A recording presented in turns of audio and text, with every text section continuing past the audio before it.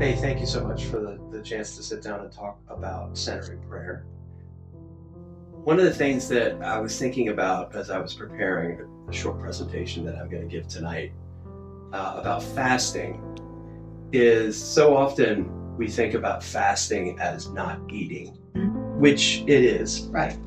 but there are also other ways of fasting. Tell me about how centering prayer fits into that for you.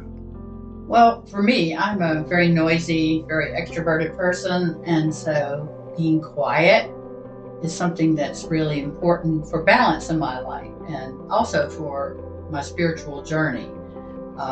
As somebody said to me one time when I was frustrated about a prayer not being answered, well, you have to be quiet so you can hear the answer God has for you.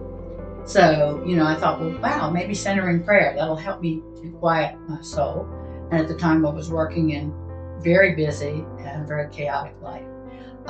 And I found that it was such a gift because I wanted to overthink it and make it hard, but it's just sitting back, letting go, and just, listening, but it's such a simple thing to do that's so hard for all of us because there's so much chaos in our life and so much noise, toxic noise. So many times in the Bible, you hear where Jesus has to go away. He has to leave the disciples or the crowds and go and get in the boat or go out, into the garden. He just has to be quiet. He has to reset.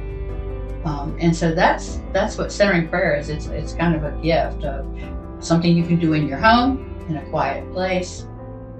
That's all you need. Or like here, we have a small group that comes together in Little St. Mary's and does centering prayer. And the power of together is just another way. But it's God's language is silence. And so it's just letting go, closing your eyes, putting your feet down and listening to God. Opening your heart to let Him get out and tell you what He needs you to know. Be still and know that I am God. Absolutely. What would you say to someone who is considering maybe joining the prayer practice, the centering prayer group here at St. Mary's? Well, I think the first thing is just to come, and it's only 20 minutes in Little St. Mary's in the afternoon when the light is so incredible through the windows. Just come in. We'll share with you some of the parameters, or if you already know, join us. But just to come and sit in that afternoon sun and shadows and just let go of everything. We have a small candle on the table where David May said, you bring all of your worries and all the chaos that's going in your head right now, and you put it in that candle and you leave it there for those 20 minutes that you're sitting. And we have an opening prayer, and then we just all close our eyes, relax, do deep breathing, and be quiet for 20 minutes. How have you noticed it's helped you in your daily life? Well, it's kind of a nice reset. We do it every Thursday afternoon at 2:00, and it's just a time that you make for yourself. It's a form of discipline, like fasting, and you just make that time. I mean, aren't we all worth 20 minutes?